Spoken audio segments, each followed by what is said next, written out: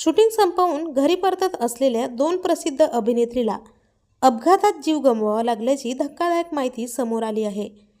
मित्रांनो, मालिका विश्वातील लोकप्रिय अभिनेत्री भार्गवी आणि अनुष्या यांचे अपघाती निधन झाले आहे. 20 वर्षाची भार्गवी आणि 21 वर्षाची अनुष्या रेड्डी या दोघीही हैदराबादवरून शूटिंग संपवून घरी परतत होत्या. भार्गवी आणि अनुष्याच्या आगामी मालिकेतील काही दृश्यांचे अनंतगिरी येथील जंगलात चित्रीकरण करण्यात आले.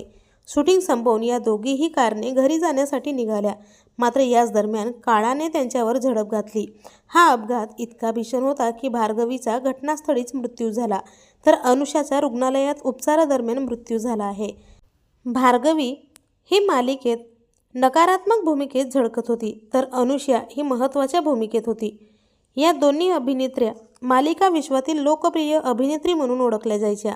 मात्र त्यांच्या अशा अचानक मृत्यूच्या बातमीने दोन चांगले कलाकार सिनेसृष्टीने कायमचे गमावले आहे.